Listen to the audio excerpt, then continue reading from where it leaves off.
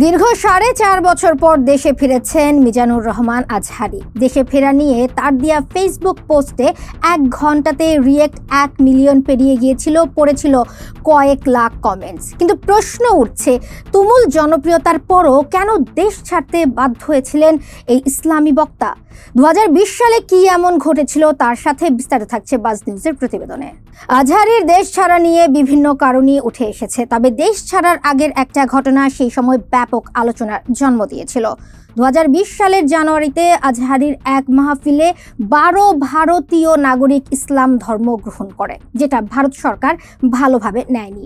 আজহারীর মাহফিলে এসে অসংখ্য মানুষের এই ইসলাম গ্রহণের বিষয়টি মেনে নিতে পারেনি হাসিনা সরকারও। কিন্তু জনপ্রিয়তার কারণে লেবাসধারী হাসিনা তার বিরুদ্ধে ব্যবস্থাও নিতে পারছিল না। উপায় না পেয়ে গোয়েন্দা সংস্থার মাধ্যমে চাপ দিয়ে তাকে দেশ ছাড়তে বাধ্য করে সরকার।